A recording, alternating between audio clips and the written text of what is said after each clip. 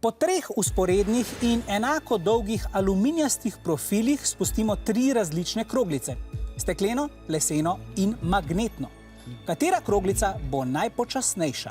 A. Magnetna, B. Steklena, C. Lesena ali D. Vse bodo enako hitre.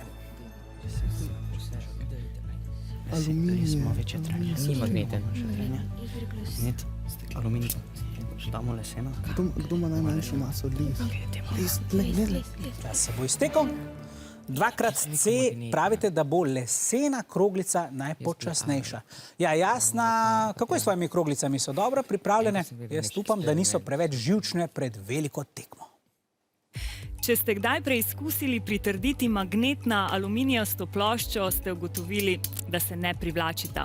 Prav tako ne vplivajo drug na drugega aluminij in steklo oziroma les. Pričakujemo torej, da bodo vse 3 kroglice potovale z enako hitrostjo. Preverimo, če je res. Vse 3 kroglice si bom tukaj nastavila pod prsti.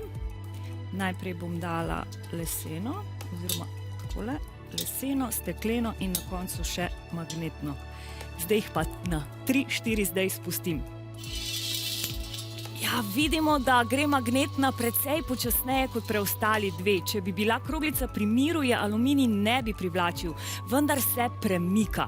Premikajoče magnetno polje povzroči premikanje elektronov v kovini.